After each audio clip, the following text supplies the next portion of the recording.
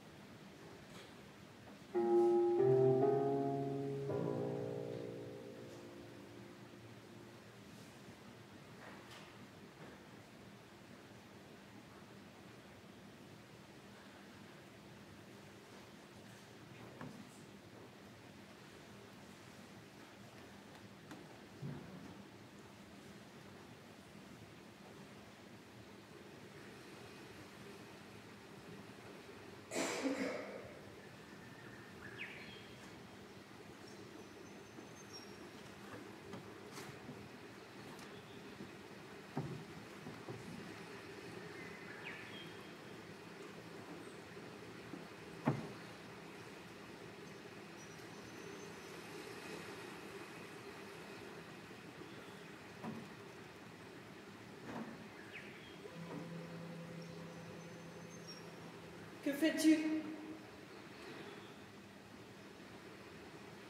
Rien.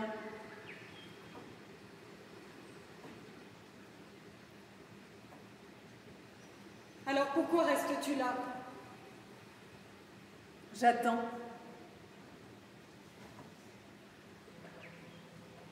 Tu attends quoi? Le retour des cygnes. Tu peux bien attendre. Ils ne reviendront pas de sitôt. J'ai toujours senti quand ils approchaient. Ils approchent? Oui. Sinon, je ne resterai pas ici.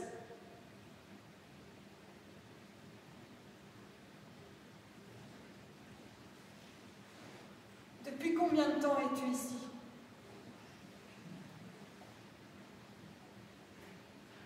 Tu veux dire, dans la colonie?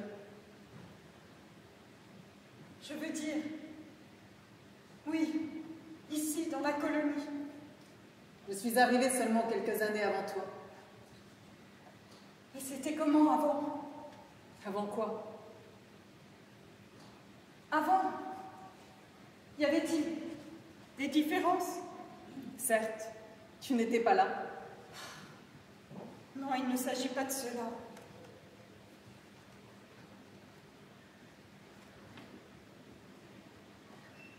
Je veux dire, y avait-il des différences entre les habitants? Il y a toujours des différences entre les habitants. Je sais. Mais étaient-elles flagrantes? Oui et non. Oui Et non. Mais qu'est-ce que cette réponse? Oh, la vérité, qu'est-ce que tu veux que je te réponde d'autre? Eh bien, pourquoi oui et non? Tu me demandes s'il y avait des différences entre les habitants. C'est bien ça? Oui. Eh bien oui.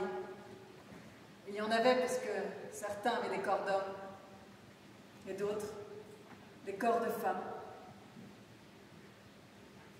C'était donc cela les différences? Oui. Elles sont de taille, non? Non, je ne trouve pas. Tu ne trouves pas? Non. Je ne trouve pas que cela soit suffisant pour expliquer ce qui s'est passé. Cela, personne ne peut l'expliquer. Ah bon? Vraiment? Personne?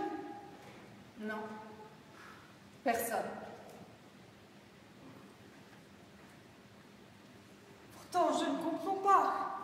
Il y a bien eu des signes précurseurs, des événements annonciateurs de ce cataclysme. De ce cataclysme? Oui, j'appelle cela un cataclysme. Je ne savais pas que le silence était un cataclysme. Si, ne pas pouvoir parler est un cataclysme. C'est une question de point de vue. Comme tout dans la vie, non? Non. Ah bon? Il y a des choses qui sont unanimement reconnues comme des cataclysmes. La mort, la maladie, la guerre. Ce n'est pas vrai. Voyez-vous ça? Non. Je soutiens que ce n'est pas vrai. La mort peut être douce. Elle peut être choisie. Elle peut même être un soulagement. Allons, allons. La mort peut être choisie, je te l'accorde. Elle peut même être un soulagement. Mais elle n'est jamais douce. En tout cas, pour moi, ne pas avoir les mots est toujours un cataclysme. Oui, pour toi. C'est facile à dire, tu n'es pas concerné. Toi non plus, à ce que je sache. Il faudrait d'ailleurs que l'on m'explique pourquoi toi, tu n'as pas été privé de parole. Je ne sais pas. Et toi, tu sais pourquoi tu n'as pas été privé de parole? Non. C'est une question que je continue de me poser chaque jour. Il fallait bien que quelqu'un parle. Certes. Mais pourquoi nous?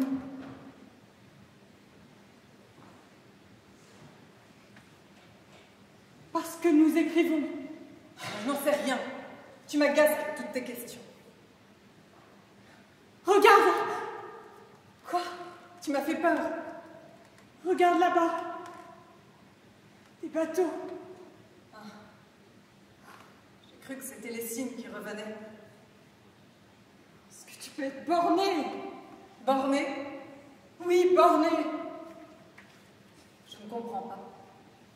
C'est bien cela le problème. Tu ne sembles ne te préoccuper que de tes signes. Mais là-bas, notre malheur approche. De quel malheur parles-tu, fille? Ne m'appelle pas fille. Tu n'en as pas la légitimité. Tu n'as pas à avoir d'ascendant sur moi. Et pourtant, c'est auprès de moi que tu viens chercher des réponses. C'est auprès de moi que tu cherches à comprendre pourquoi les femmes ont été frappées de mutisme. En effet. Tu me paraissais la mieux placée. Le suis-je? À toi de me le dire. Tu as été la première d'entre nous ici, non?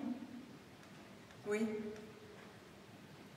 Tu es celle qui a tout vu alors? Non. Je n'ai rien vu. Rien?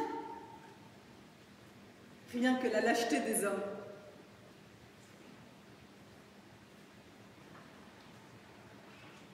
Et quelle est-elle? Tu les connais, non, les hommes? Peu. Viens en face. Je ne comprends pas ton indolence. Comment oses-tu? Tu ne peux pas comprendre. Pas comprendre quoi? Tu ne peux pas comprendre car tu n'étais pas là. Et c'est bien pour cela que j'ai besoin que tu m'éclaires. Ne me juge pas. Je te le répète. Tu n'étais pas là. Tu ne sais pas ce qu'il s'est passé.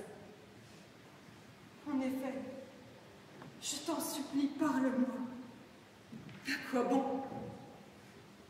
Parce qu'il faut raconter. Pourquoi? Pour que ça se sache. À quoi cela sert-il? Puisque nous sommes les seuls à pouvoir parler. Je le sais. Mais nous le devons. À quoi cela servira-t-il? Tout est perdu d'avance. Sans doute. Mais je sais que je ne pourrais pas me regarder en face si je n'essayais pas. Essayez quoi? Je ne sais pas. Que les choses changent. Que ces femmes retrouvent l'usage de la parole. Qu'elles puissent enfin s'exprimer. Que tu es naïve. Je ne suis pas naïve et ne me raille pas. Je ne te raille pas. Je te taquine gentiment. Je te mets face à tes contradictions. Quelles contradictions? Tes contradictions. Tu veux vraiment redonner la parole à ces femmes? Bien entendu.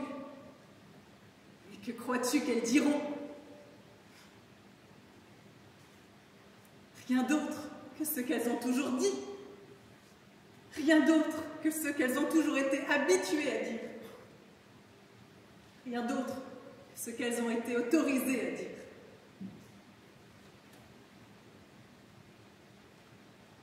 Tu es acerbe. Non, je suis réaliste.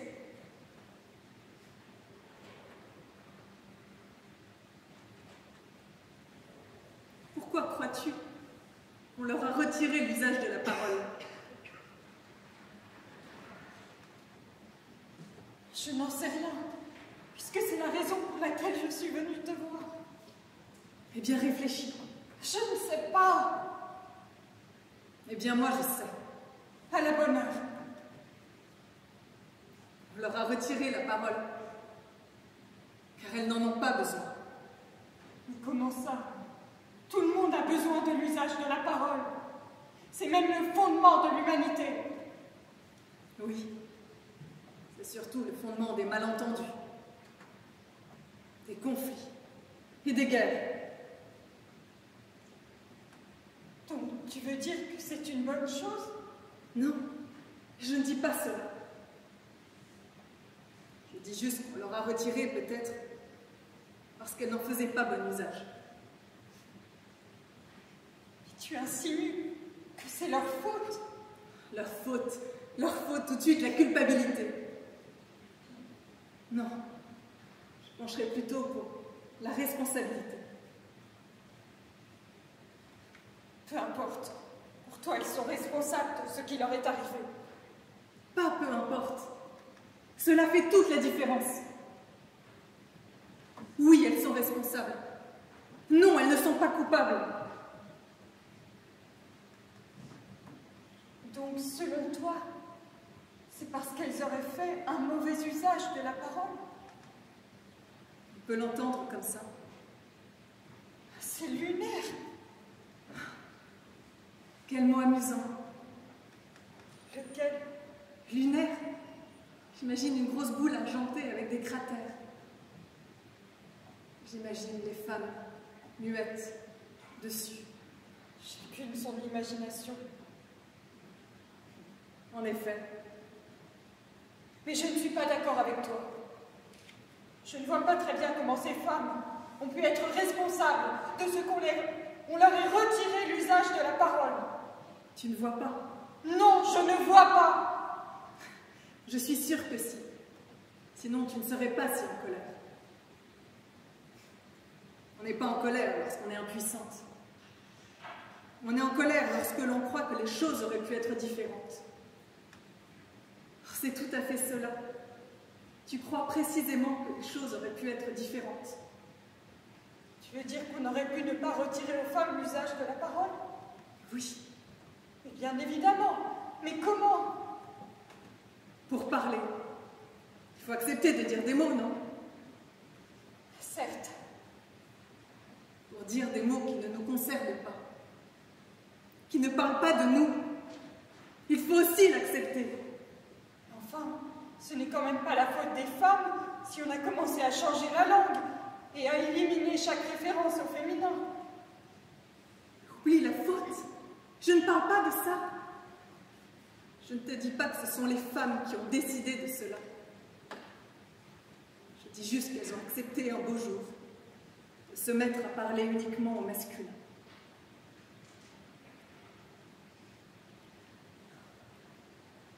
Mais c'était la règle, la loi. Et alors? On ne peut pas y déroger. Ah bon? Pourquoi ça?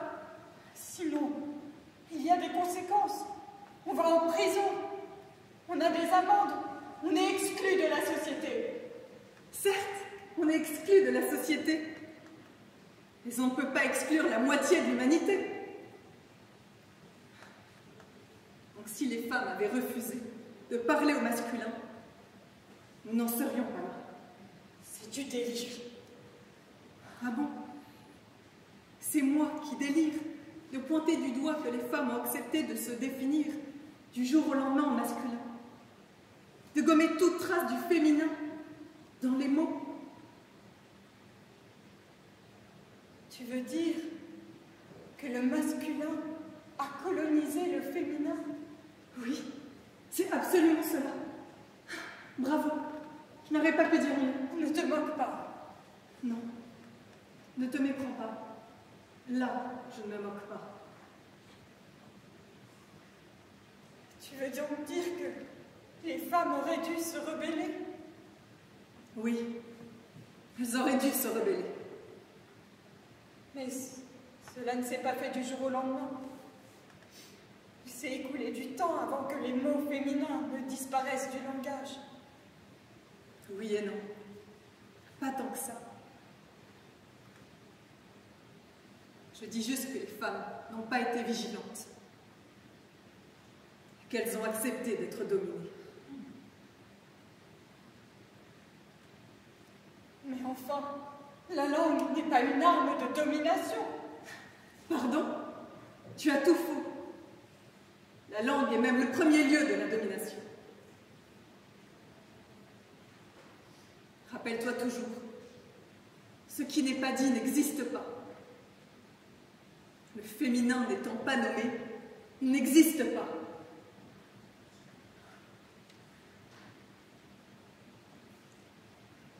Alors c'est ainsi, pour toi, que ça s'est passé. Oui, je suppose. Les femmes ne se sont pas rebellées et, à force, elles se sont tues. Elles se sont tues? Oui. Quand il n'y avait plus un mot qui les concernait. Bien, ça a été automatique. Ça s'est fait naturellement. Un beau jour, elles se sont tues. Car plus aucun mot ne les concernait. À force, elles ont perdu l'usage de la parole. Et puis, elles avaient fini par développer d'autres moyens d'expression. Lesquels? Tu oses me demander lesquels? L'écriture. Bien entendu. Tu penses que l'écriture a remplacé la parole? Remplacée, je ne sais pas. Du moins contribué à ce qu'elle continue de vivre. Car le mot écrit est un premier pas vers le dire. Et quand il n'y a plus de dire, Oui. eh bien, il ne reste plus que les mots.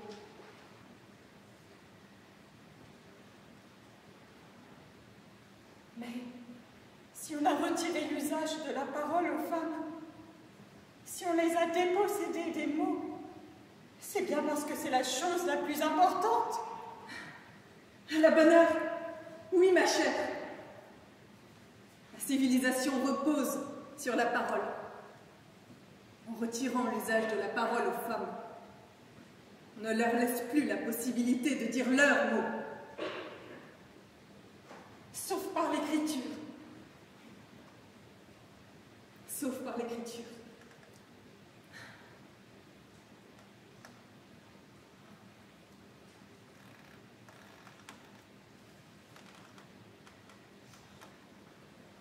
Que crois-tu qu'ils viennent faire ces bateaux? Je ne sais pas. Réfléchis. Saisir nos livres. Oui, saisir nos livres. Pourquoi? Parce que c'est la dernière forme de résistance. Sans écriture, il n'y a plus d'opposition. Il n'y a plus que des larves soumises. Ne parle pas comme ça m'est insupportable. Et pourtant, prépare-toi. Et ne peut-on rien faire? Si. Enfouir nos livres. À quoi bon? Tu oses demander à quoi bon? À sauver la mémoire des femmes.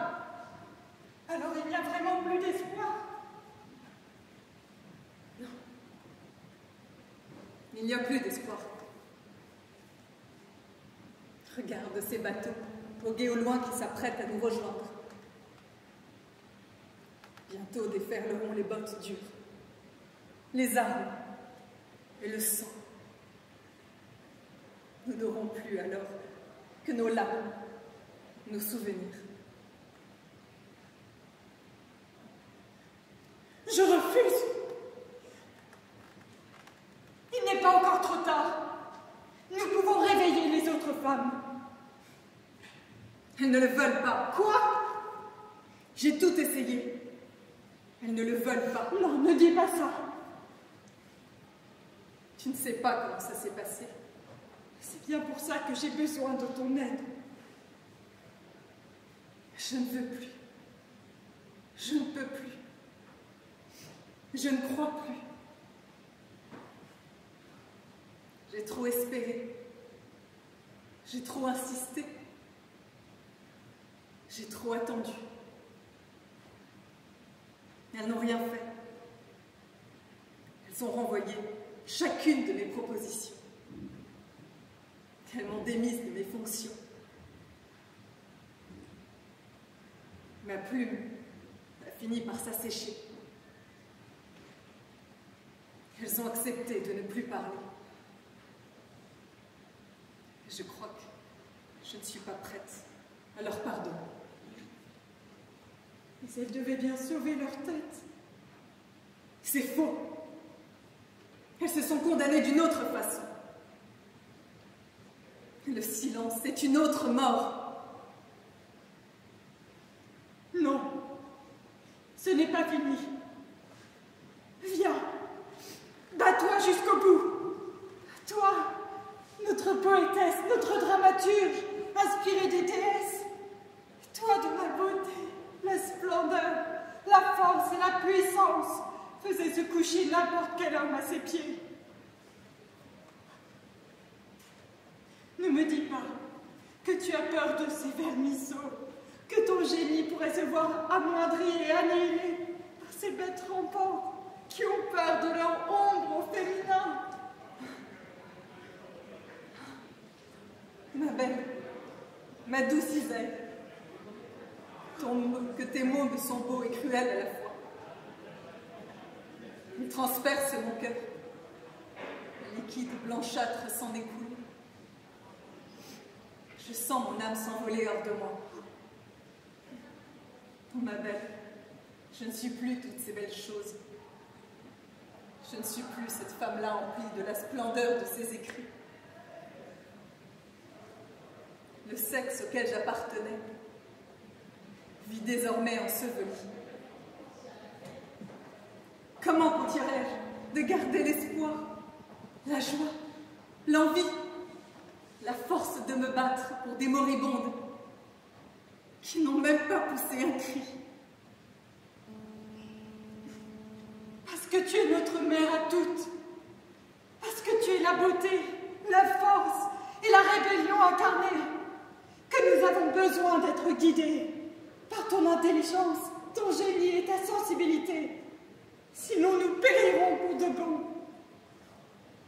Sans langage, sans mots, nous sommes déjà mortes. Non, il y a de l'espoir, puisqu'il y a de la vie. être recouvrée. Si on arrive à leur faire entendre raison, comme les hommes ont réussi à leur confisquer les mots, nous allons les rendre par l'écrit aux femmes. Comment, dis-moi, ma sœur amie?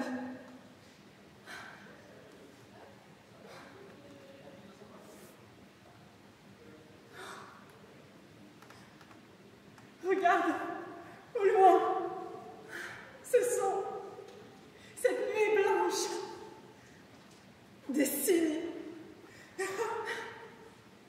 Tu penses la même chose que moi? Oui. Avec ses plumes. Oui. Nous allons leur donner des plumes. Nous Nous les ferons écrire. Nous leur redonnerons la parole.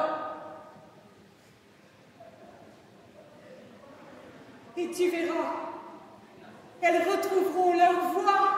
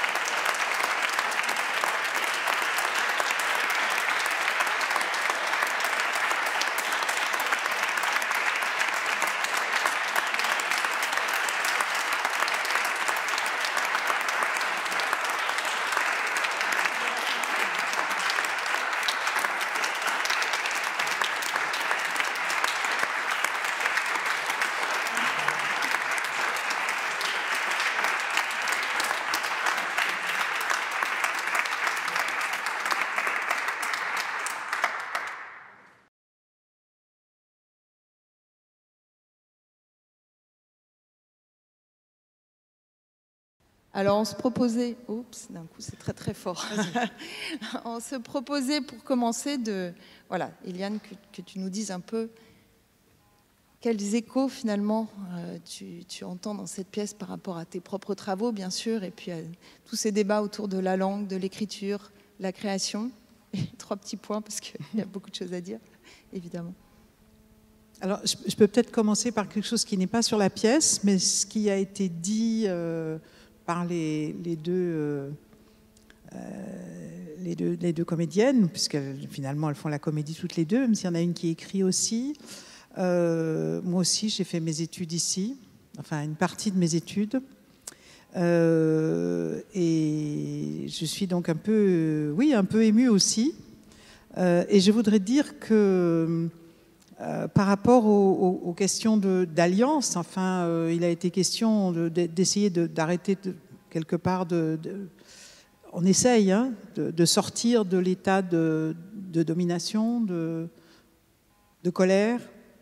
Ce ne sont pas tous les hommes qui ont mené la guerre aux femmes, c'est essentiellement les universitaires.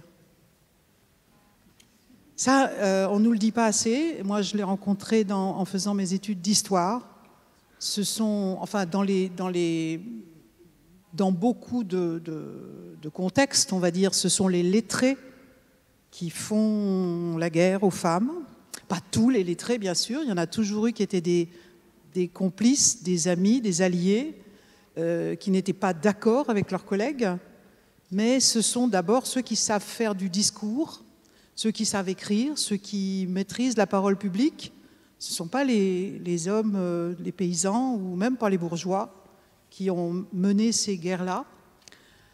Ce sont des gens qui... alors, l'histoire serait longue, on ne va pas parler de tout ça ce soir, mais ce sont des gens qui n'avaient rien d'autre, qui n'ont toujours rien d'autre pour se mettre en valeur que leur cervelle, contrairement aux gens qui font la guerre ou aux gens qui ont de l'argent, etc. Et donc, la concurrence est grande sur le domaine de la cervelle entre les hommes et les femmes. Hein. Et ils se sont non seulement organisés pour changer, notamment dans l'histoire de France, on voit ça à partir du moment où il existe des universités, XIIIe siècle, changer le droit, faire que là où la justice est rendue, il n'y ait que des hommes. Ce n'était pas tout à fait le cas avant. Et ils se sont organisés aussi, non seulement pour produire énormément de discours justificatifs, pour faire, parce que ce n'est pas évident, ça ne tombe pas du ciel que les femmes et les hommes n'aient pas les mêmes droits, ou n'aient pas les mêmes capacités, ou les mêmes accès aux biens. Donc faire beaucoup de discours justificatifs. Et puis, ils se sont aussi organisés pour que les autres hommes, ceux qui n'étaient pas à la manœuvre, on pourrait dire, aient des avantages à ces changements. Notamment, par exemple, dans la question du droit, la dégradation de la capacité juridique des femmes à partir du XIVe, XVe siècle, ça a profité à tous les hommes. Donc, c'était une manière aussi de se faire des alliés. Et ensuite, il faut se débarrasser, il faut que les gens qui ont récupéré des privilèges acceptent de s'en débarrasser pour aller vers de l'égalité, mais tout le monde n'a pas la même chose à perdre. Donc ça, c'est la première chose que je voulais dire, j'ai rebondi sur ce qui avait été dit à la fin. On est ici dans le cœur de l'université, dans le cœur de la forteresse, parce que réalisons que les femmes, ça a été dit, ne sont arrivées ici, ne sont arrivées dans ces lieux où on avait non pas le savoir en général, mais le savoir patenté par les diplômes, c'est la fin du XIXe siècle.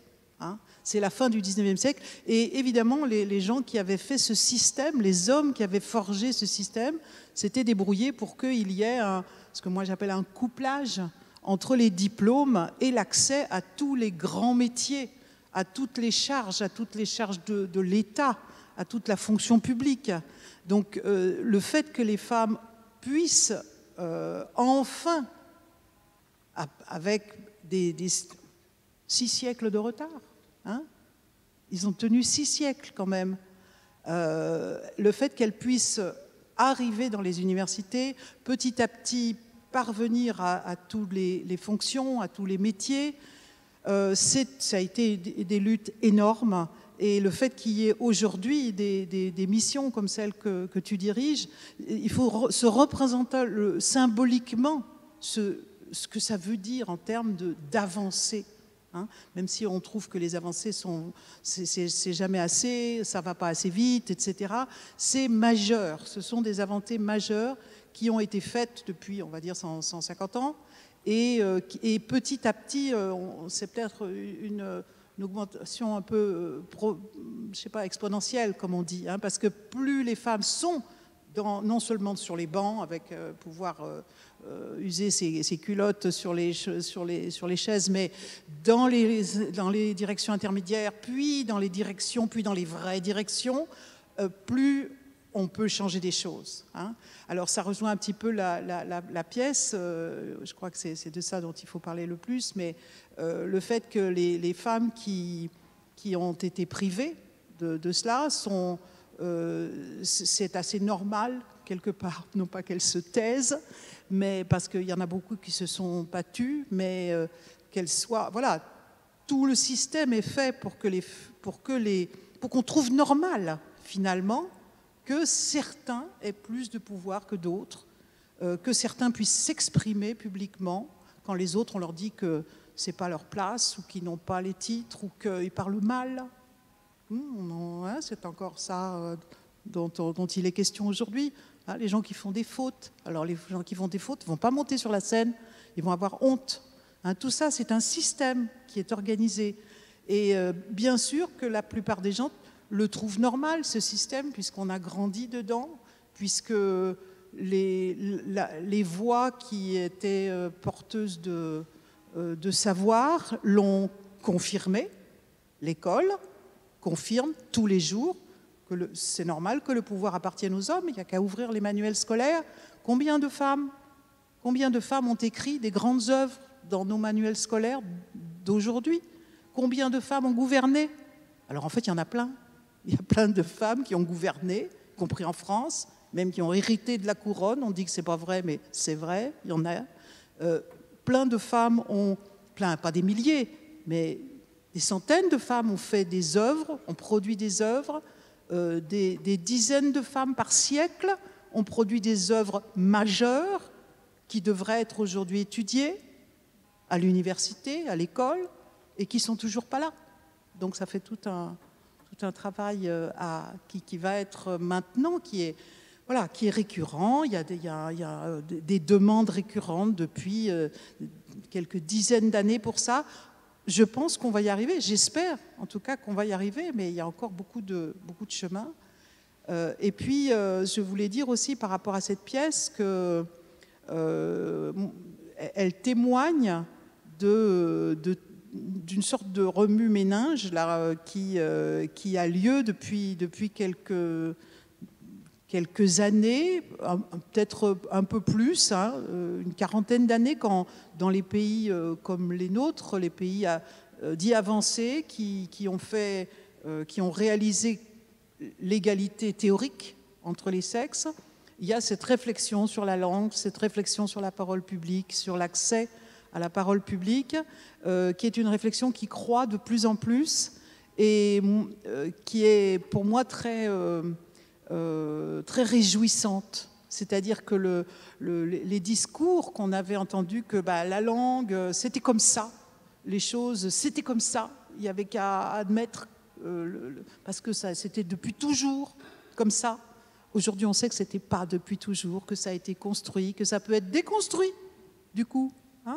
Et il y a chez les autrices aujourd'hui pas mal de recherches sur non pas seulement produire, parce que des femmes ont toujours produit, elles ont toujours écrit, elles ont toujours eu parfois souvent plus de difficultés à faire connaître leurs écrits, à accéder à l'imprimerie, à accéder aux revues qui parlaient des livres, etc. Mais elles ont toujours écrit. Ça, il n'y a pas de problème. Elles ont toujours écrit, produit, pensé. Enfin, voilà, il n'y a pas eu de temps où elles se taisaient, qui est évidemment une image.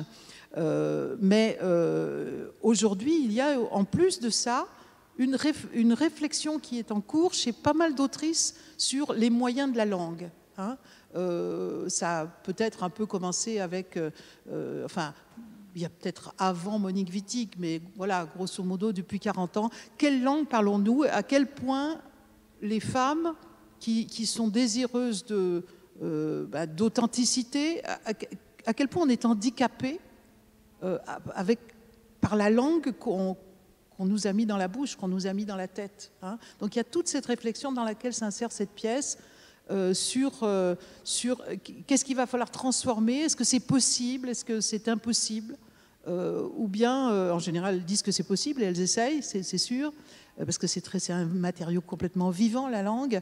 Mais voilà, il y a cette réflexion qui s'approfondit sur les moyens de s'exprimer, non pas, comme disait le Boileau, ceux qui s'expriment bien, ceux qui se pensent bien s'expriment clairement, mais est-ce que vraiment la langue dont on a hérité peut nous permettre de dire exactement ce qu'on veut? Donc toute cette recherche qui est vraiment très intéressante et dans laquelle se situe la réflexion de ce soir. Merci Eliane. Peut-être Eva nous raconter comment est née cette pièce aussi. Eh bien, cette pièce, c'est la troisième que j'ai écrite. La première était un hommage aux écrivaines. Donc, en fait, il y a la volonté justement de transmettre la pensée des écrivaines qui m'ont inspirée, qui sont à l'origine aussi de mon écriture et dont on parle si peu. La deuxième pièce, c'était sur l'émancipation des femmes à travers l'écriture. Et donc, il y avait une logique, en fait, d'accéder justement à cette langue, et notamment grâce au travail d'Eliane, qui m'a permis également d'aller comprendre ce qu'on sent, ce qu'on pressent, beaucoup de choses qui nous font souffrir, en fait, depuis longtemps, parce qu'on ne sait pas d'où ça vient exactement. Quand on nous dit pendant longtemps, non, on n'a pas le droit de dire le mot écrivaine, par exemple. Quand j'ai fait ma première pièce en 2016, on n'avait pas le droit encore, on devait dire femme écrivain. Et en fait, c'est tout ça. C'est mais pourquoi ce mot-là? On ne peut pas devenir ce qui n'existe pas, en fait. Donc, et ça m'a permis aussi de comprendre, en fait, l'enjeu, que c'était uniquement des mots liés au pouvoir qu'on avait retirés. C'était les mots féminins liés au pouvoir. C'était pas la bergère, c'était pas l'ouvrière, c'était l'écrivaine et l'académicienne et le matrimoine, etc. Et en fait, George Sand disait pour changer nos réalités, changeons nos imaginaires. Et donc en fait, à travers les mots, à travers la langue, nous pouvons changer nos réalités. C'est-à-dire chaque mot en fait apporte un imaginaire. Quand par exemple on pense au mot homme, si par exemple on fait l'exercice maintenant, que chaque personne dans cette salle ferme les yeux et pense au mot homme, eh bien je ne crois pas qu'il y en a une qui aura l'honnêteté de me dire j'ai pensé à une femme. Eh bien quand on voit aux grands hommes la patrie reconnaissante, la réalité c'est qu'il n'y a que 5 femmes au Panthéon enterrées, et 76 hommes je crois. Donc en fait les mots ont un impact sur notre quotidien et je pense que oui on peut changer en fait nos réalités en aidant à faire prendre conscience et qu'en fait chacun on est libre d'utiliser différemment la langue. Pourquoi est-ce qu'on devrait continuer à utiliser des expressions ou des formules grammaticales qui sont à notre défaveur en permanence, apprendre à nos filles « non, ce mot n'existe pas au féminin ». Eh bien si, en fait. Et s'il n'existe pas, on peut l'inventer. En fait, voilà, c'est lié à tout ça. Merci Eliane, tu peux peut-être nous dire quelque chose sur cette question aussi de la langue, des mots qui ont disparu ou qu'on pensait qu'ils n'existaient pas, mais finalement, bien, si, ils ont une histoire. Et... Bah oui, quand on regarde les mots qui ont été condamnés, puisque c'est ça, il s'agit de condamnation, et on a ces condamnations en toutes lettres à partir du XVIIe siècle, parce qu'avant, toutes les femmes sont nommées au féminin, quel que soit leur titre, quel que soit leur métier, leur fonction, etc. C'est parce que c'est pas qu'on était beaucoup plus géniaux avant qu'après, c'est que c'est le fonctionnement de base des langues romanes. On parle des femmes au féminin et des hommes au masculin. Donc on a parlé selon ce système normal jusqu'au moment où eh bien, des hommes ont décidé qu'ils n'avaient pas envie de concurrentes. Et donc, ce sont ces lettrés dont je parlais qui ont produit cette pensée. Donc, ils n'ont jamais condamné, par exemple, princesse ou duchesse ou reine, parce qu'ils n'étaient pas concurrents avec les duchesses ou avec les comtesses. Et puis en plus, de temps en temps, ils mangeaient quand même un peu dans leurs mains. Donc ils n'auraient peut-être pas osé. Mais en plus, ça ne les intéressait pas. Les termes, les premières condamnations qu'on voit, c'est autrice, peintresse, philosophesse, médecine, poétesse. La première, moi j'appelle une fatwa, première fatwa qu'on voit contre des mots féminins, c'est ces 5 mots. Hein, sauf si des recherches maintenant prouvent qu'on en a condamné d'autres avant, mais ça c'est dans les années 1630. Hein, on observe 1630, ça commence, on commence à enlever des finales. On ne veut pas, oui, on ne veut pas de philosophesse ni de poétesse, mais doctoresse par exemple est un des mots qui a été le plus moqué. Parce que docteur, c'était le diplôme le plus élevé que décernait l'université. Donc les femmes savantes, qu'on appelait au Moyen-Âge des doctoresses, eh bien ça a donné un mot moqué pendant des siècles. Hein. Et c'est évidemment le mot qui est ressorti le plus normalement du monde quand des femmes ont obtenu enfin des diplômes de médecine, c'est-à-dire à partir de la fin du XIXe siècle, à partir du moment où des femmes qui avaient ce diplôme-là, ce sont notamment les soignantes, se sont installées dans des cabinets, en ville, etc. Mais 50 ans plus tard, quand les femmes enfin parviennent dans les carrières hospitalières, alors là, on leur dit non, mesdames, c'est pas doctoresse. Ici, il n'y a pas de doctoresse, il n'y a que des docteurs. Hein. Donc, ben, elles ont dit oui. Et bien souvent, les femmes disent oui, acceptent, peut-être pas ravies. Certaines, sans doute, très contentes d'être enfin d'avoir un peu crevé le plafond, ce qu'on appelle les plafonds de verre, là, aujourd'hui, parce qu'elles sont enfin parmi les gens importants. mais d'autres ont dû simplement accepter parce qu'elles avaient d'autres chats à fouetter, on pourrait dire. C'est-à-dire elles avaient tellement d'autres combats à mener pour s'imposer que souvent les femmes cèdent les premières sur la question de la langue, parce qu'il y a d'autres choses à faire, d'autres batailles à mener. Mais il y en a toujours qui ne cèdent pas, et voilà. Et de nos jours, nous devrions parler des doctoresses. Il y a 2 ans, il y a eu une lutte très intéressante à Lyon, à l'université Lyon 1, où des diplômés en mathématiques ont refusé le diplôme de doctorat qu'on voulait leur donner parce qu'il y avait écrit, ce n'était pas un diplôme de doctorat, il n'y avait pas écrit diplôme de doctorat, il y avait écrit diplôme de docteur. Elles ont dit non, nous sommes des doctoresses.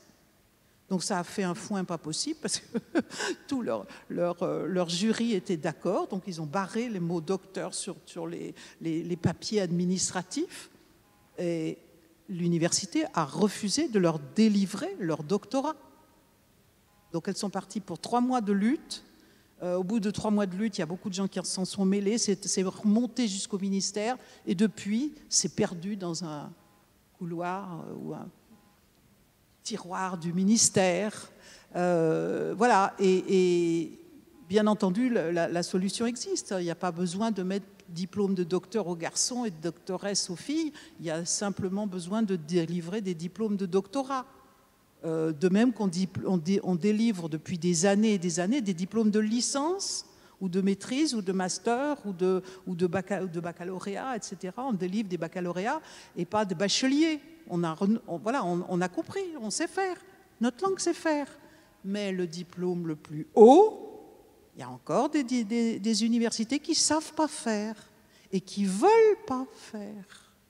Donc oui, ce sont les mots qui désignaient les occupations, les fonctions, les dignités que les hommes estimaient, que les hommes qui ont fait ça, encore une fois, pas tous les hommes qui ont fait ces changements dans notre langue, ils estimaient, un certain nombre estimaient que ces fonctions étaient masculines, purement masculines. Les fonctions de savoir, les fonctions de création, les fonctions de pensée, les fonctions de jugement. Donc on a tous ces termes qui ont été condamnés. Et puis ensuite, ils ne se contentent pas de les condamner. Quand ils font des dictionnaires, ils ne les mettent pas dedans.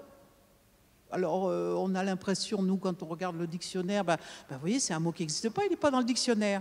Ah ben oui, mais maintenant on sait, parce qu'on a aussi beaucoup de textes qui sont numérisés. On sait que les contemporains et les contemporaines les utilisaient. Et même parfois, ils se disaient, mais qu'est-ce qui nous embête, les académiciens, là, à nous dire qu'on n'a pas le droit d'utiliser tel mot, alors qu'on l'utilise tous les jours à Paris. Il y a un critique littéraire, par exemple, au XVIIIe siècle, qui dit ça, qui dit, mais enfin, on dit tous les jours une libraresse, une commissaresse, pourquoi il ne faudrait pas dire ces mots-là? Une autrice. Donc on a non seulement aujourd'hui la preuve que ces distorsions par rapport au fonctionnement normal de la langue française ont été créées, on sait qui, on sait quand, et on sait pourquoi, parce qu'il y en a qui disent c'est fait pour les hommes ces mots-là sont faits pour les hommes qui font ces professions et pas les femmes. Et puis on sait qu'il y a eu aussi des protestations moins systématiques qu'aujourd'hui, puisque nous aujourd'hui on mène une réflexion systématique parce qu'on est dans des pays qui ont officiellement acté l'égalité. Donc on se demande pourquoi 70 ans plus tard, on en est toujours là où on en est.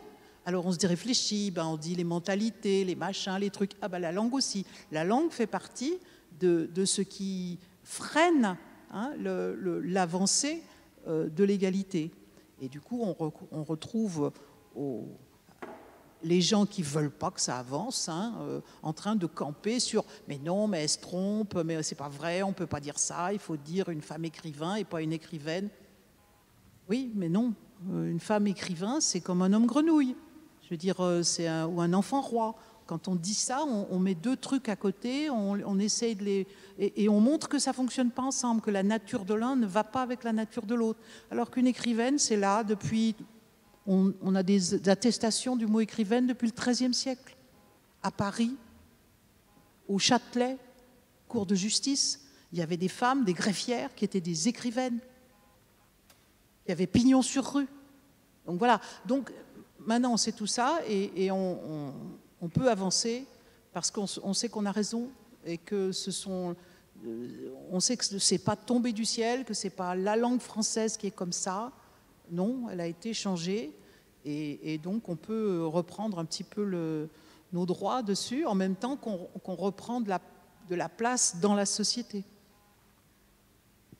Ce que je trouve frappant aussi dans la pièce, c'est au début, c'est la faute des femmes. Enfin, il y a un peu un côté, voilà, est-ce que tu peux essayer de nous en dire un petit peu? Enfin, je fais exprès de te poser la question en ce sens, mais par rapport à ce qui vient d'être dit. Qui, quoi, comment et...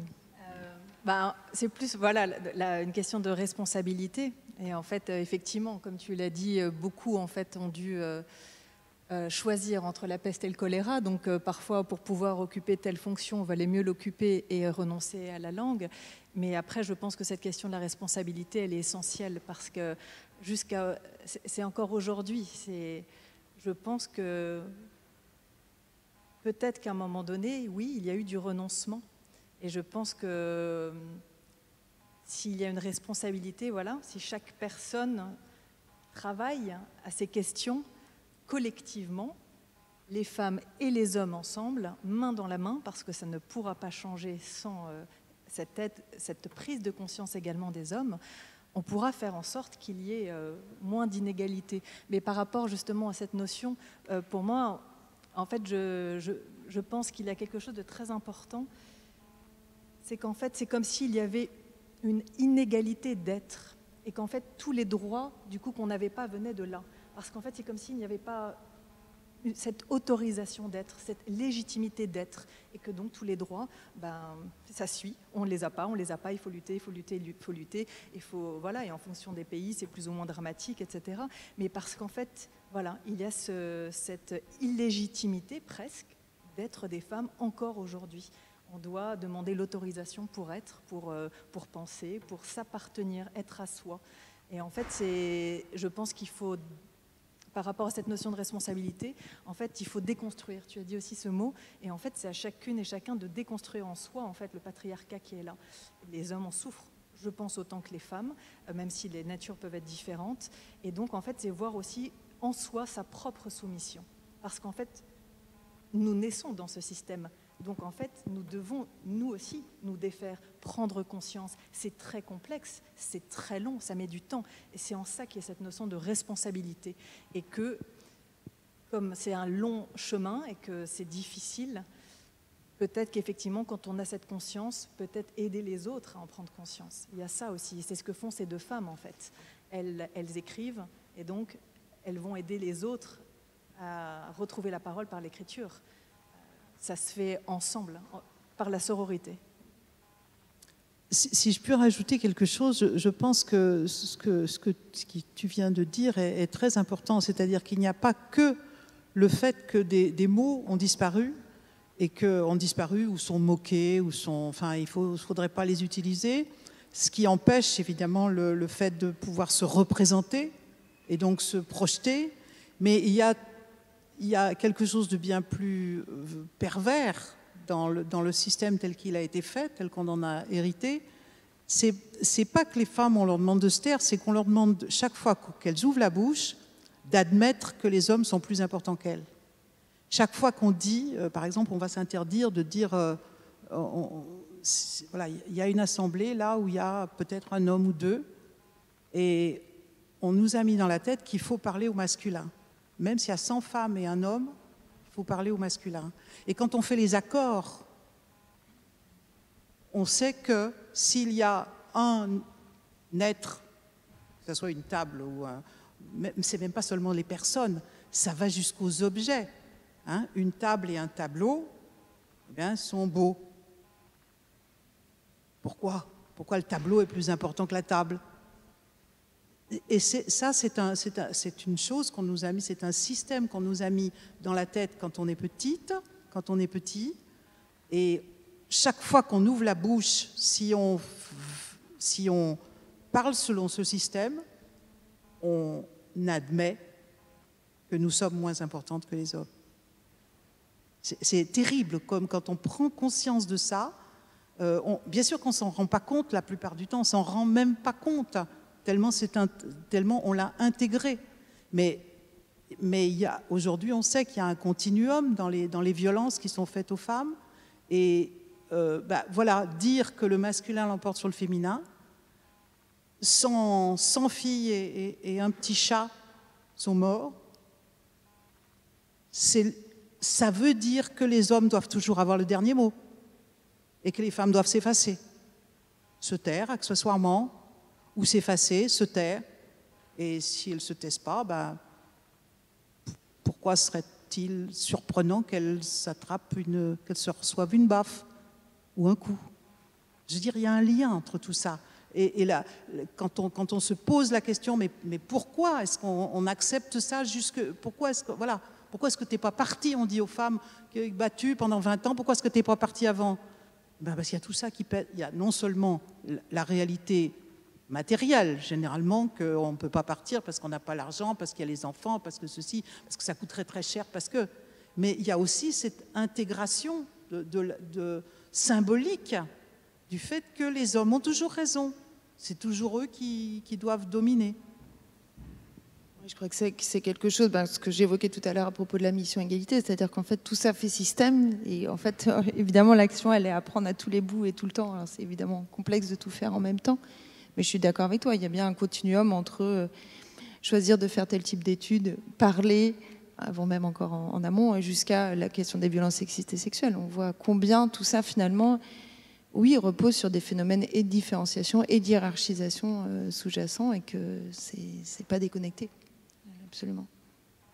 Et justement, la clé est dans le passé. C'est-à-dire que justement, en ayant accès au passé, comme toi tu l'as fait par exemple pour nous dire, tiens, tel siècle, on sait déjà que tel mot existe, etc. Eh bien, par exemple, par rapport aux violences, dans le code de Napoléon, il y avait un article de loi qui marquait clairement qu'un mari avait le droit de tuer sa femme s'il la prenait sur le fait accompli avec son amant. Constance de Salm, une très grande écrivaine du 19e, a condamné, s'est battue, a écrit un épître à Napoléon, justement, pour dénoncer cet article de loi. George Sand également avait écrit aussi là-dessus. Si on ne sait pas qu'il y a eu une autorisation, une légitimation de ça, voilà, c'est compliqué de comprendre que ça puisse encore arriver aujourd'hui, mais en fait, ça a été à un moment donné légitimé. Donc, c'est là dans l'inconscient collectif et c'est très long. Mais en fait, il faut avoir accès justement à ces écrivaines du passé. C'est pour ça qu'il faut transmettre leurs pensées, leurs forces, leurs combats, etc. Parce qu'elles-mêmes déjà se sont battues. Et pour qu'on voit aussi d'où on vient. C'est vraiment important de savoir que voilà, les racines sont très profondes et qu'elles nous donnent les clés en fait. Et voilà, il faut le dire. Parce que parfois quand on dit ça, on nous dit non, c'est pas possible. Et pourtant... Alors, je vous propose qu'on ouvre le débat avec tout le monde et voilà, qu'on prenne les questions aussi dans la salle. Peut-être un tout petit peu d'éclairage, si c'est possible, pour qu'on voit la salle. Voilà, merci beaucoup. Alors, qui est-ce qui souhaite poser une question? Il y a une remarque sur ce qu'on a entendu ou pas? On a encore des lumières dans le nez, mais on vous voit maintenant, oui. Donc c'est mieux. Merci beaucoup. Merci. Des questions ou des remarques? Oui. Je vais passer le micro.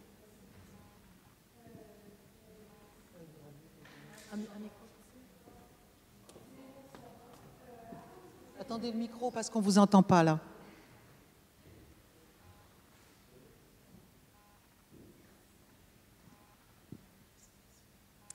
Merci.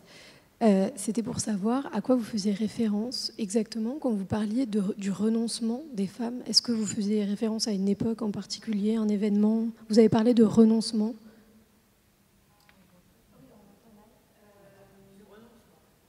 Par rapport au renoncement, par rapport à la pièce ou au renoncement, je pense que oui, beaucoup renoncent à beaucoup de choses en fait pour pouvoir pas trop souffrir. ou le moins possible, ou se conformer au maximum à cette société, parce que quand on se rebelle, on prend des coups aussi. Donc je pense que en fonction des caractères, des époques, des cultures, beaucoup se sont battus de mille manières, mais parfois il y a un renoncement, peut-être finalement le plus terrible, c'est le renoncement à soi. C'est-à-dire finalement accepter de se conformer à ce qu'on veut de soi. Je pense que c'est celui-là le pire en fait. Déjà merci encore. C'était vraiment très intéressant, et j'avais une question. Quand vous parlez justement de ces mots qu'on nous a appris, on nous a appris qu'ils n'existaient pas comme écrivaine, par exemple. J'ai pensé au fait que dans d'autres langues, par exemple en anglais, quand on dit writer, c'est à la fois pour désigner le masculin et le féminin. Et du coup, ma question, c'était justement en fait, qu'est-ce qui nous bloque, nous, en français? Par exemple, aussi par rapport à la question du doctorat, de la licence, du bac, etc. C'est vraiment par rapport à tout ce que vous avez dit. Je me demandais juste, en fait, elle n'est pas très claire ma question, mais je me suis dit, mais il y a forcément une langue dans le monde, je crois qu'il y a environ 6000, 7000 langues où il y a le féminin qui prévaut sur le masculin, ou je ne sais pas, j'étais simplement en train de réfléchir à ça, au fait qu'en fait, dans plein d'autres langues, il y a des termes qui sont neutres et qui désignent à la fois le masculin et le féminin, et pourtant, parfois quand on pense à un writer, on se représente plus un homme directement. Enfin, je ne sais pas du coup ce que vous pensez de ça, mais désolée, c'était pas très clair. Bon, je suis pas sûre d'avoir tout entendu, mais je vais répondre à ce que je crois comprendre, mais puis vous me direz s'il y avait autre chose. Oui, on compare souvent nos efforts avec ceux qui sont faits dans la langue anglaise, et bien entendu, ils ne sont pas du tout les mêmes, parce que, alors aujourd'hui, d'abord, il faut bien comprendre que la réflexion sur les rapports de force entre l'expression des deux sexes, on va dire, dans les langues, c'est une réflexion qui commence, on va dire. Hein, à quelques décennies. Et ce qu'on observe, c'est que ça ne se passe pas dans toutes les langues pareilles. On sait qu'il y a des langues sans genre, par exemple. Il n'y a pas de masculin, il n'y a pas de féminin, il n'y a pas de neutre.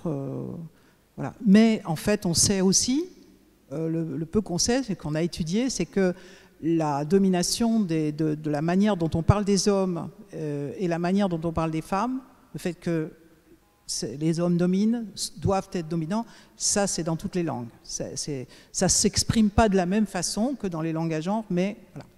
Alors, entre l'anglais et le français, il y a, en fait, s'il faut comparer l'anglais, par exemple, aux langues romanes. Nous sommes une langue romane.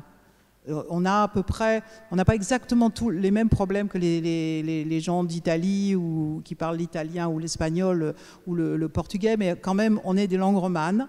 Et dans les langues romanes sont des langues très genrées. À savoir que la majorité des catégories grammaticales varient en genre. Non seulement les noms, mais les pronoms, les adjectifs, les participes, les déterminants, c'est-à-dire les articles, etc., etc. Donc, c'est ça qui fait le genre, c'est-à-dire le fait que, moi je dis, il y a une équipe rouge et une équipe bleue, et donc voilà, quand on est parti avec un substantif féminin, bah, tout ce qui va avec lui doit être de la même couleur. Hein. Donc l'équipe rouge, c'est pareil, mettons rose si vous voulez, pour aller plus simple, et puis il y a l'équipe bleue. Donc ça, c'est lourd dans nos langues. Et si on ne respecte pas c'est lourd et c'est constitutif de nos langues. On doit dire que la chienne est gentille. On ne peut pas dire le chien est gentil. Hein. Bon, sinon on fait ce qu'on appelle des fautes. Donc c'est un système, c'est comme ça. on fait des comptages, on sait que, par exemple, les 2/3 des noms varient, hein, donc c'est énorme, c'est des noms de personnes. Les noms de personnes, il y en a à peu près 5000 dans notre langue, les 2/3 varient. Caissier, caissière, boulanger, boulangère, facteur, factrice, voisin, voisine, etc. Bon. Donc, ça s'impose dans nos langues. Et notre problème par rapport à... Et tout le monde le sait, tout le monde sait faire, personne ne confond son coiffeur et sa coiffeuse. Voilà, on sait faire, on a un système qui sait faire des noms féminins et des noms masculins, on sait faire avec les adjectifs, on sait faire avec les pronoms, enfin voilà, c'est notre système. Ce pourquoi nous discutons ce soir, c'est parce que quelques poignées d'hommes ont décidé de changer quelques poignées de mots. Alors, bien sûr, ils ont gagné là, quelque part, ils ont gagné parce qu'ils étaient peut-être pas nombreux, mais ils avaient des diplômes, l'académie c'est soutenu par l'État, ensuite c'est leur pensée qui est passée dans ce qu'on apprend à l'école, etc. Bon, mais c'est rien du tout par rapport à... Notre langue fonctionne parfaitement. Le jour où on a décidé de dire écrivaine, ben voilà, l'écrivaine est formidable, elle est gentille, voilà, on sait faire. Elle est intelligente, ou elle est plutôt pas très intelligente, elle est idiote, ou elle est idiot. On sait faire. Donc, il faudrait arrêter de se faire des montagnes avec ces quelques mots que des gens ont voulu transformer ou condamner.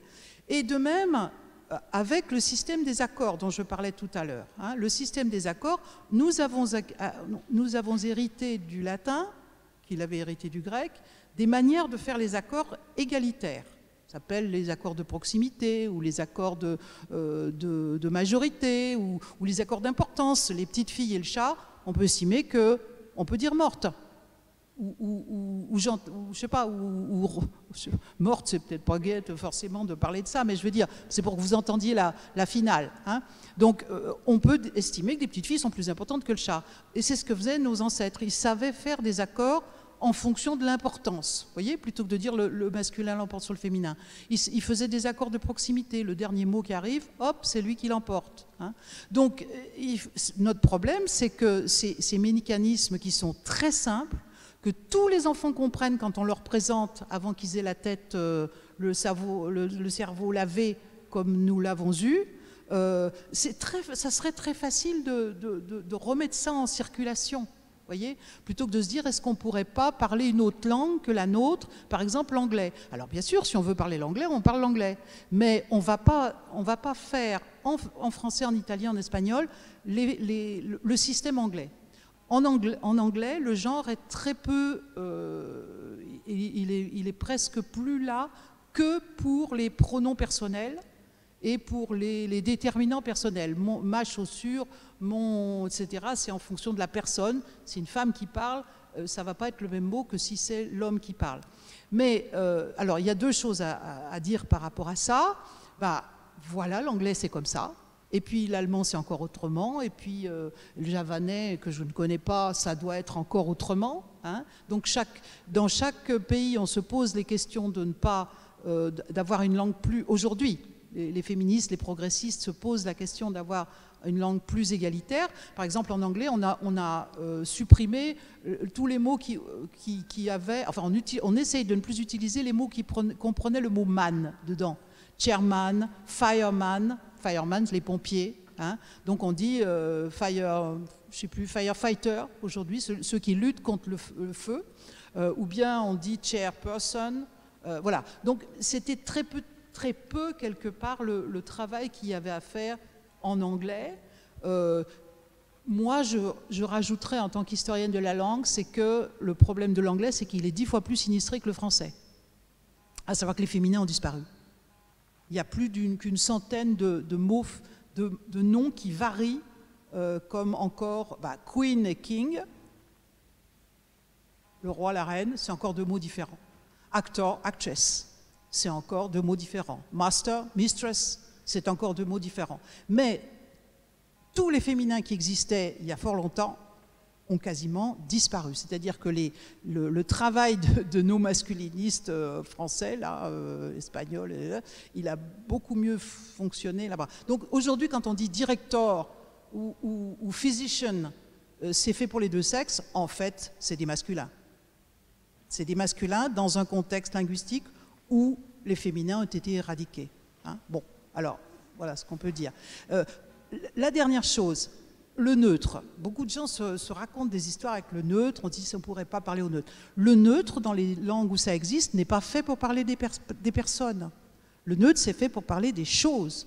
Hein, si vous pensez à l'anglais, c'est he, she et it. La table, c'est it. Ça, c'est du neutre.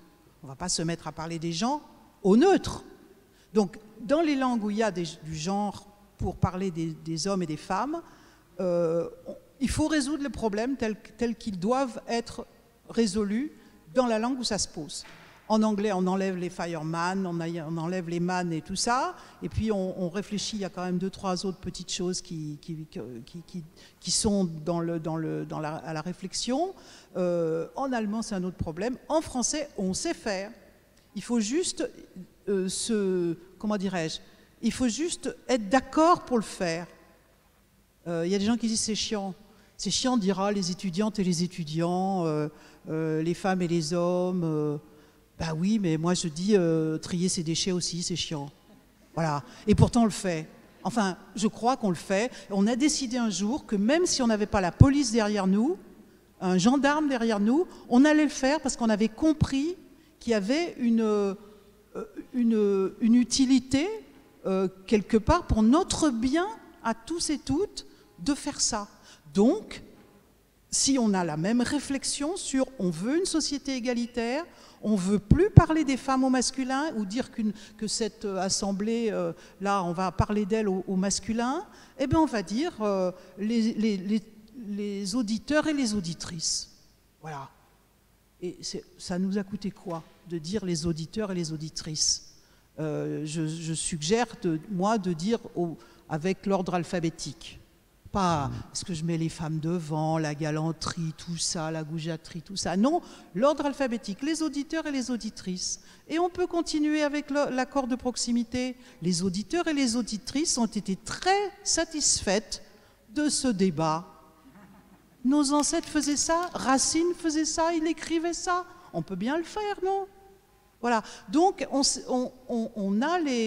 sait faire, on a les outils, la langue a toutes les ressources.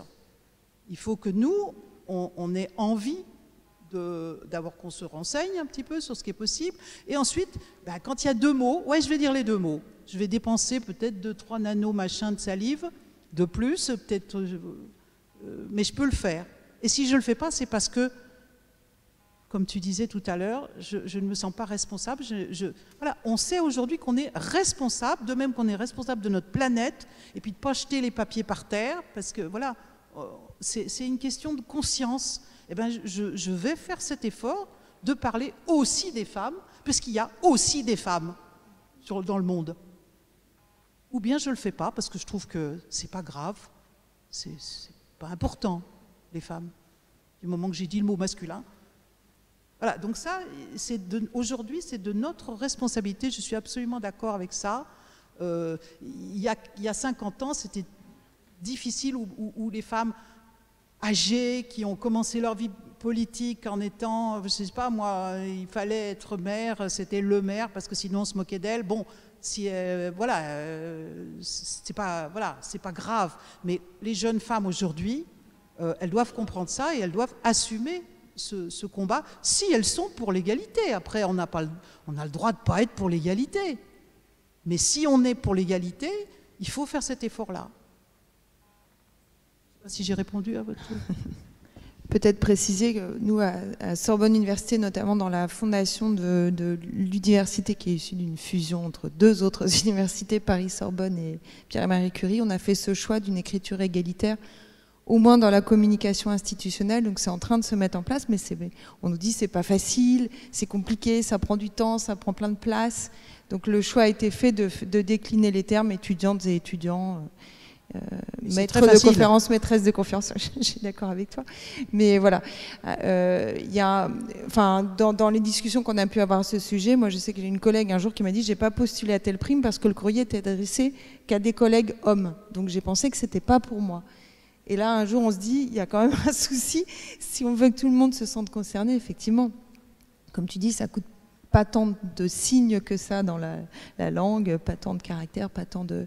Voilà, que de décliner l'ensemble des termes. Bon, après, ça pose encore d'autres questions aussi. C'est ce que nous renvoient par exemple certains étudiantes, certains étudiants. Ils ne se reconnaissent pas dans le fait d'être obligatoirement catégorisés comme un homme ou comme une femme. Ça, c'est aussi une autre question qui se pose à l'heure actuelle dans ces choix qui ont pu être faits.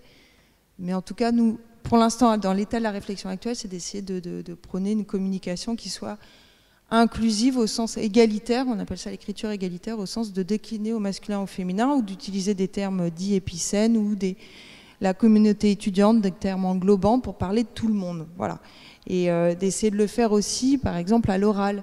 Parce que souvent on nous dit on ne peut pas parler égalitaire. Bien sûr qu'on peut aussi parler égalitaire si on le souhaite. Je suis d'accord. Est-ce qu'il y a d'autres Oui. Bonsoir. Avez-vous prévu de jouer la pièce, par exemple, en banlieue parce que je pense je pense qu'il y a une demande de ce genre de sujet. Moi, je vis à Saint-Ouen où il y a 100 nationalités et à Aubervilliers, il y en a 140 nationalités. Et donc, il y a peut-être un travail à faire partout. Mais je me demande s'il n'y a pas un effet cumulatif lorsqu'on est de banlieue, noir, femme, etc. Enfin, voilà ce que je voulais dire. Oui, tout à fait. D'ailleurs, il y a des mots pour parler de ça. C'est l'intersectionnalité. C'est quand on va mêler le racisme, le sexisme. Oui, j'imagine qu'il y a beaucoup de travail à faire là-bas. Alors, pour l'instant, on n'a pas prévu de jouer la pièce encore dans d'autres endroits. Mais si vous avez des endroits à nous partager ou des possibilités, on sera heureuse de le faire. J'aimerais aussi également la monter à Barcelone où j'habite. Voilà, je pense qu'il y a également une communauté française où on pourra jouer là-bas. Oui, il y a, j'imagine, beaucoup de choses à faire. Oui.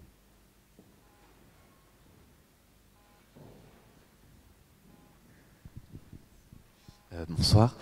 Je me demandais, est-ce que vous pensez que quand vous parlez des mots qu'on a entre guillemets oubliés, ces mots qui existaient avant et que certains ont censurés, est-ce que vous pensez que forcer la faute dans la vie de tous les jours, quand j'écris un courrier à quelqu'un, je force la faute en disant c'est une écrivaine, elle est professeure, elle est professeuse, merci, des universités, et qu'on me dit non, c'est une faute, est-ce que vous pensez que forcer la faute peut être un moyen justement d'amener de plus en plus de monde à accepter, à réhabiliter ces mots? Alors, je ne sais pas s'il faut forcer quoi que ce soit, mais il faut utiliser les mots qu'on estime justes. Et dès qu'on le fait, soi-même, d'abord, les gens les entendent. Et le problème de la langue, c'est souvent ça, c'est le fait d'avoir entendu. Quand on n'a pas entendu, on trouve bizarre. Au bout de 10 fois, on trouve moins bizarre. Au bout de 100 fois, on trouve plus ça bizarre du tout. Donc, il faut passer à l'acte. Et ensuite, si ça gêne des gens, en général, les gens comprennent parfaitement. Ils n'ont pas de problème de mais qu'est-ce que tu as dit, j'ai pas compris quel mot, qu'est-ce que ça veut dire ce mot-là, etc. Ils comprennent très très bien. Hein. Donc, soit ça passe, et ça fait un coup de plus dans leurs oreilles, un petit coup de plus dans leurs oreilles, soit ça va poser question, et c'est intéressant d'avoir ce débat-là. Hein, mais voilà, pourquoi moi je le dis, et c'est pas, il n'y a pas besoin, je crois, enfin moi je ne préconise pas du tout de faire les gros yeux aux gens qui veulent pas encore. Il faut laisser le temps au temps. Hein. Moi je dis souvent, j'ai mis 4 ans à dire autrice. Je savais qu'il fallait le dire, je ne pouvais pas. Ça me sortait pas. Le jour où je l'ai dit. Ben voilà, et mes étudiantes et mes étudiants ont vu aucun problème et ils se sont mis à le dire tout de suite. Donc voilà, il faut laisser le temps. Il y a des gens qui s'y feront jamais. Je pense que Madame Carrère-Dancause mourra secrétaire perpétuelle au masculin de l'Académie. Mais il y a des gens qui s'y mettent tout de suite, et il y a même des gens qui après vous disent « Oh, mais moi j'ai toujours dit ça !» T'es sûr? Il y a 10 ans, tu disais ça? Bon. Donc c'est un problème de temps, et plus on entend un mot, plus vite on s'y habitue. Par exemple, on parle souvent du mot chancelière, la chancelière Merkel, qui a été nommée chancelière, je crois, en octobre 2005. En septembre, c'était un mot impossible à dire. Enfin, selon certaines personnes, parce que tout le monde connaît bien chancelière. Hein, bon. Mais voilà, c'était inaudible, on ne pouvait pas le dire. Et quand elle a été élue, on a regardé les journaux à cette époque-là. Hein, ça a patiné un peu pendant 15 jours, 3 semaines, 2 mois. Le chancelier Merkel, le chancelier, alors après on se prend les pieds dans le tapis, parce qu'on dit le chancelier était très content. Ah non, c'est contente. Ah, mais bon, ça marche pas, parce que justement, la règle en français, c'est que ça s'accorde, tout ça. Bon. Et les journaux les plus rétifs à utiliser des féminins, à savoir Le Figaro, il a mis 2 mois. Au bout de 2 mois, ils ont cédé. Ils ont fait une grande enquête, c'est très très drôle, auprès de leur lectorat. Tout le lectorat a dit « pas question, pas question ». Et ils sont assis sur la décision du lectorat, et ils ont changé. Et ils ont dit la chancelière. Voilà. Donc pourquoi? Parce que pendant déjà quelques semaines, tout le monde ne parlait que de ça. Donc le mot est rentré tout de suite. Et on expliquerait aujourd'hui à des gens qu'on ne peut pas dire chancelière, après 15 ans de Merkel, ça serait bizarre, quoi. Donc les mots qui vous semblent les plus bizarres, professeuse par exemple, qui est un mot tout à fait normal que nos ancêtres ont utilisé, que Voltaire utilisait. Vous n'avez jamais entendu professeur, le Voltaire, hein, bon. Donc voilà, c'est coiffeuse, c'est fumeuse, c'est emmerdeuse, c'est tout ce qu'on veut. Enfin, c'est un mot français, professeuse. Alors vous l'utilisez, et dans 3 ans, 5 ans, on dira professeuse. Voilà. Donc ensuite, c'est vous-même qui devez faire votre choix en réfléchissant à ça, en réfléchissant peut-être à votre responsabilité, mais si vous vous sentez pas, ne le faites pas, parce que vous ne pourrez pas le défendre. Mais si vous vous sentez, allez-y, parce que la langue est à nous. La langue est à nous, la langue n'est pas aux académiciens et aux 3 académiciennes là, qui doivent rester plantées quelque part, là, je ne sais pas où, pas loin d'ici. Donc la langue, elle est aux gens qui parlent. Donc le jour où on a inventé des blogs, on dit blog, et qui va nous empêcher de dire blog ou blogueur ou blogueuse? Personne. Donc c'est pas parce qu'il y a quelques fonctions très haut placées dans la hiérarchie sociale autour desquelles campe la haute administration, on va dire, et puis les académiciens, et puis quelques intellectuels qui ont oublié d'ouvrir des livres depuis quelque temps, qu'il faut les écouter, il ne faut pas se laisser impressionner, il faut utiliser les mots qu'on a envie, qu'on trouve justes. Voilà. Merci. C'est ce que je pense. Ouais. Bonjour, je voulais savoir comment faire passer l'accord de proximité, parce que ça c'est un peu plus compliqué. Enfin, il y a eu une tribune dans le Monde, il y a eu des choses, mais en fait il y a toujours quand même un refus du gouvernement, enfin un petit peu, pour l'accepter. Parlez plus près du micro, parce que sinon on ne vous entend pas. Pour l'accord de proximité, comment le faire passer plus... Qu'est-ce que vous voyez comme moyen pour l'intégrer? Il y a eu une tribune dans le Monde, à un moment on a parlé, mais il y a à la fois l'Académie, quand on a à la fois l'Académie qui est contre, et puis le gouvernement qui n'est pas tout à fait pour, que faire? Parce que là c'est une question grammaticale. En fait, on se retrouve à dire « Ah ben elle a fait une faute », il y a quelque chose. C'est moins évident que d'intégrer un nouveau mot. Même si je trouve ça fabuleux, enfin, l'accord de proximité. L'accord de proximité a été enseigné par l'école française jusque dans les années 30 du XXe siècle. On a des manuels scolaires qui expliquent que c'est possible. Alors bien sûr, c'était un peu soft, c'est-à-dire qu'ils ne l'acceptaient, enfin on a des exemples dans les manuels, etc., juste à propos des choses, pas à propos des gens. Mais nos grands auteurs les utilisaient avec, encore une fois, comme je disais tout à l'heure, hein, les auditeurs et les auditrices sont très satisfaites. Et quand on les utilise, ces accords de proximité, en général, le public ne s'en rend même pas compte, tellement c'est intuitif.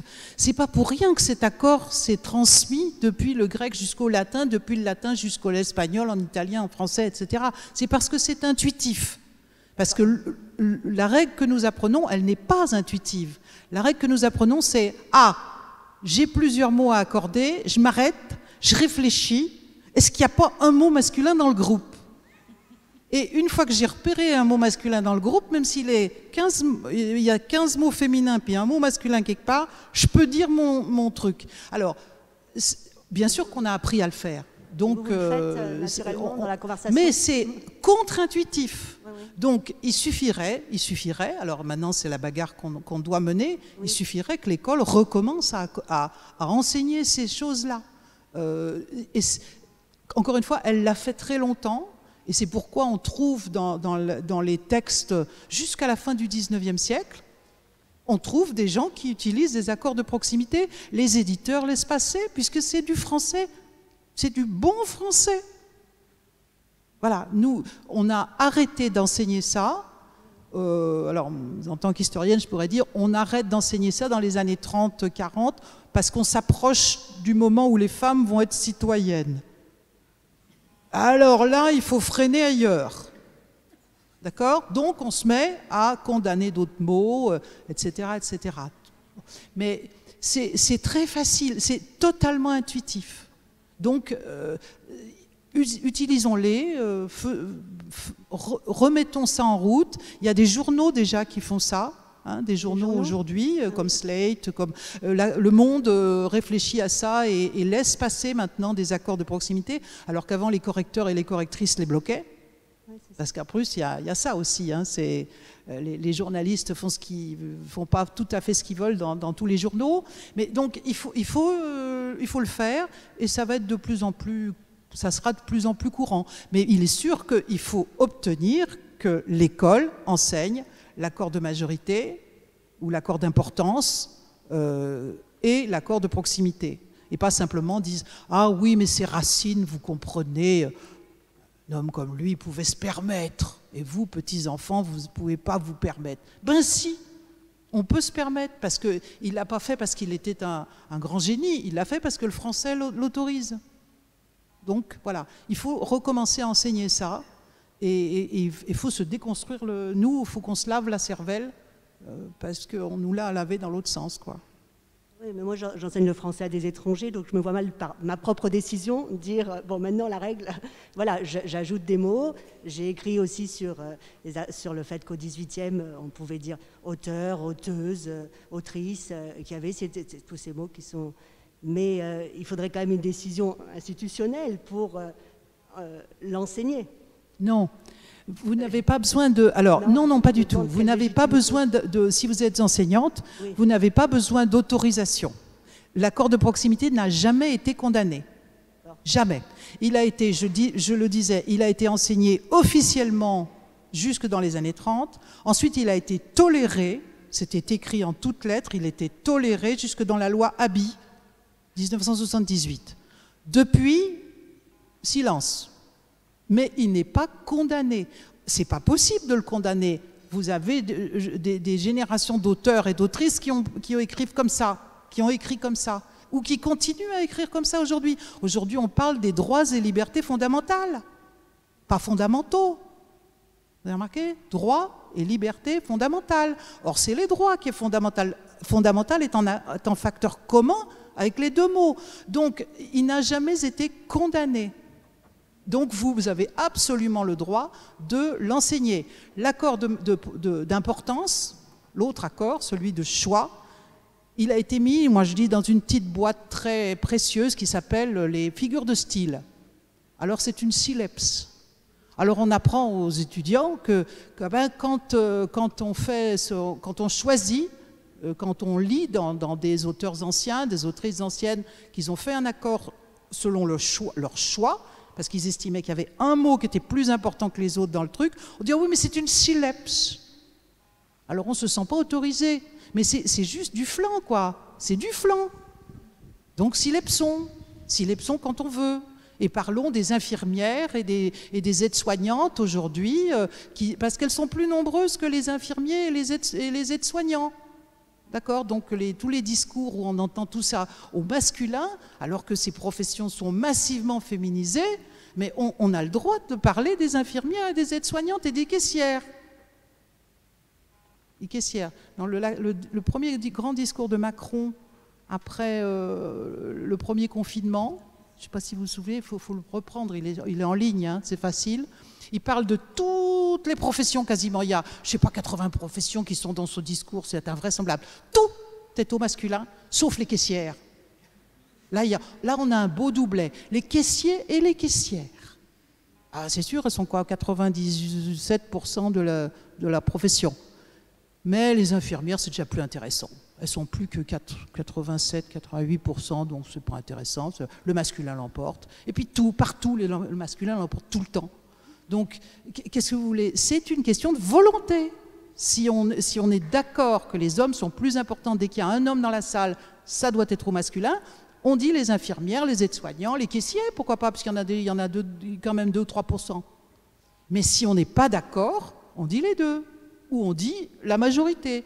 Donc n'ayez pas peur d'enseigner ça. Il y a aujourd'hui des profs qui enseignent ça.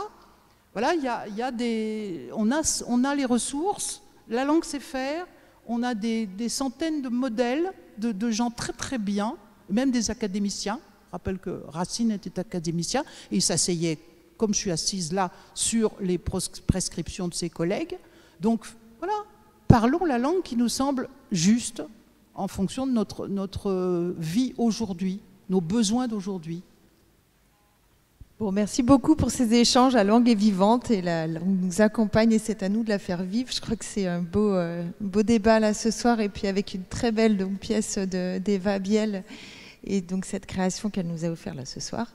Grand merci à vous pour votre présence. Je tiens encore à remercier donc Eliane Bienot, Eva Biel, Clémentine aussi, j'ai oublié votre nom de famille, Stepanov, pardon, je ne voulais pas faire d'erreur. L'ensemble de l'équipe artistique et puis donc aussi notre équipe de la direction des affaires culturelles, de la communication. Et j'ai oublié tout à l'heure de remercier Violette Daz qui est aussi à la mission égalité tout le temps présente. Et ça me permet de vous dire aussi que c'est un lieu, la mission, vous pouvez y passer, vous pouvez venir discuter si vous avez envie de ces questions de langue ou d'autres choses. Mais voilà, c'est aussi un lieu où il y a des gens en vrai qui parlent une langue qui essaient la plus égalitaire possible, où elles essaient de la faire de manière la plus égalitaire possible. Voilà, donc grand merci à vous toutes et tous, et puis à bientôt et à suivre pour tout cela. Tu voulais dire un mot, je crois aussi. Oui, je voulais te remercier. Merci Violette. Merci pour toute l'organisation. Merci Olivier. Merci Hyacinthe. Merci pour... ça s'est fait dans la joie et la bonne humeur. Merci beaucoup. Cet événement a quand même été décalé 3 fois depuis mars 2020. Donc aujourd'hui, c'est la 4e fois que nous le reprogrammons. Donc merci aussi pour ta ténacité. Nous sommes vraiment heureuses d'avoir pu le présenter. Merci à Eliane d'avoir également répondu présente. Merci beaucoup. Voilà. Merci Hyacinthe. Merci à vous.